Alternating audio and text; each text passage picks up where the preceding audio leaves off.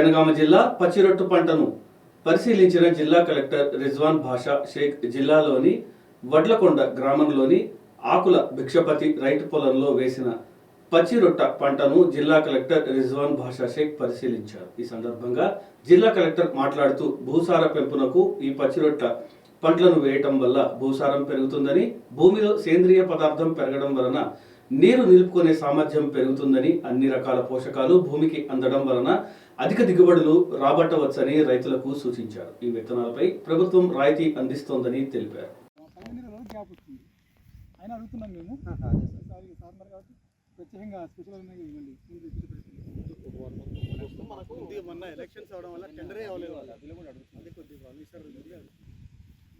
ఎవరిది పొలం ఎన్ని ఎకరాలు?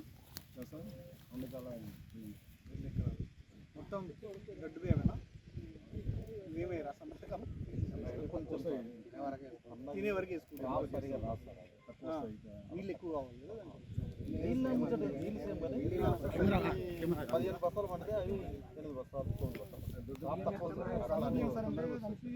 మళ్ళీ వెయిట్